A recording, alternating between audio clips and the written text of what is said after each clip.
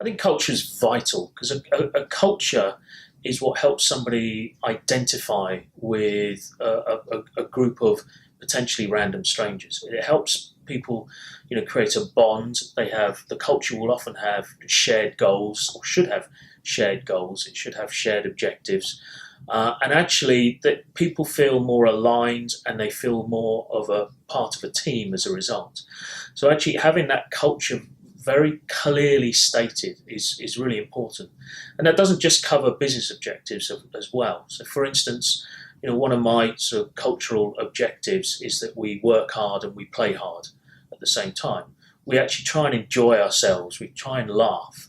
I was in an office just a few weeks ago, and actually it was great to walk in and hearing people chatting and laughing about things, the work that they're doing, and some of the experiences they've had, because that actually is creating an emotional and visceral response in people that makes them feel a part of something, makes them feel a part of something that's doing good.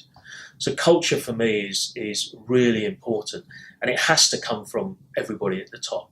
And it can manifest itself in different ways, be that going out for dinners, having social events, etc. But it's also in the way that you pull together when you actually have to deliver work on very short notice in difficult circumstances.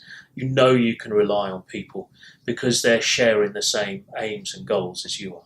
I think a strong culture is by its very nature inclusive, and it doesn't come from a place of separation and trying to create niche groups, etc.